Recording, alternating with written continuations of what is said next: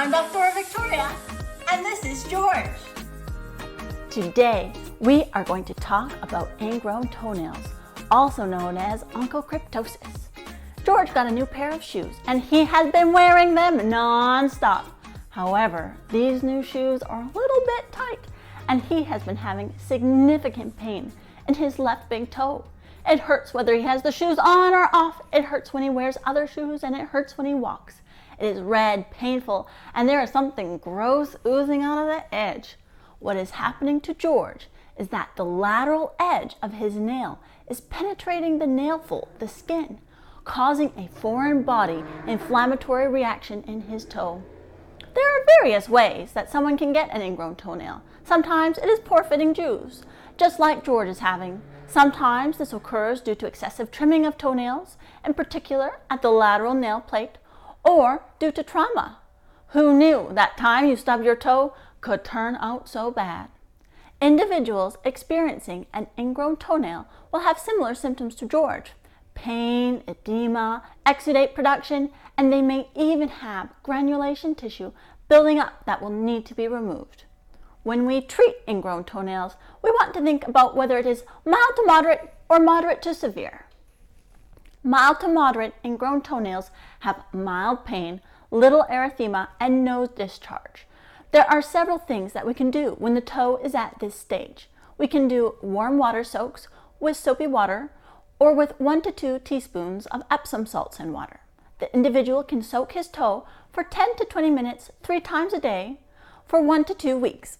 And you want to push the lateral nail fold away from the nail plate.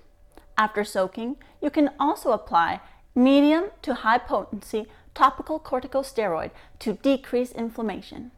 You can wedge a piece of cotton or dental floss under the lateral edge of the nail plate and separate it from the lateral nail fold. Or you can use tape to try and pull the lateral nail fold away from the nail. This is the fleshy, likely swollen part of the toe at the lateral edge of the nail. But you want to be cautious to not constrict the toe with the tape in a circular manner. If there is granulation tissue, it may be wet and cause difficulties with getting the tape to stick.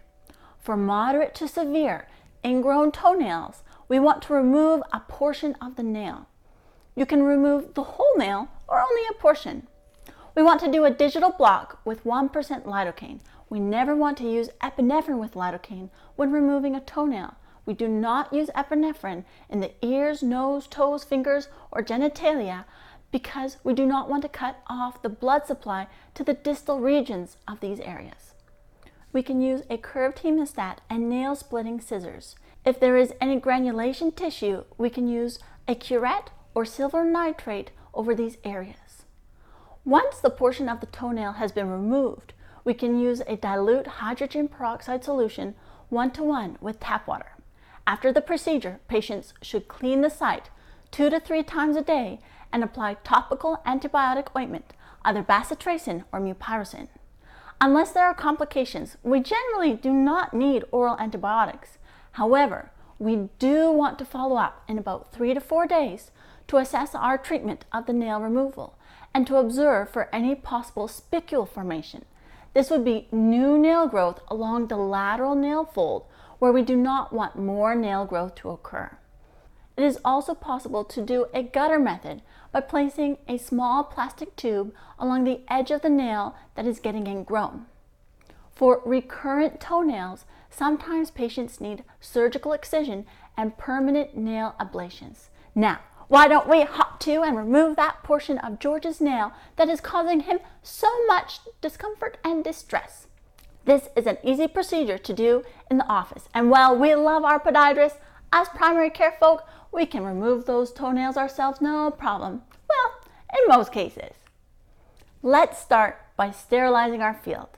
You will see me using some alcohol here, but really iodine is the better option.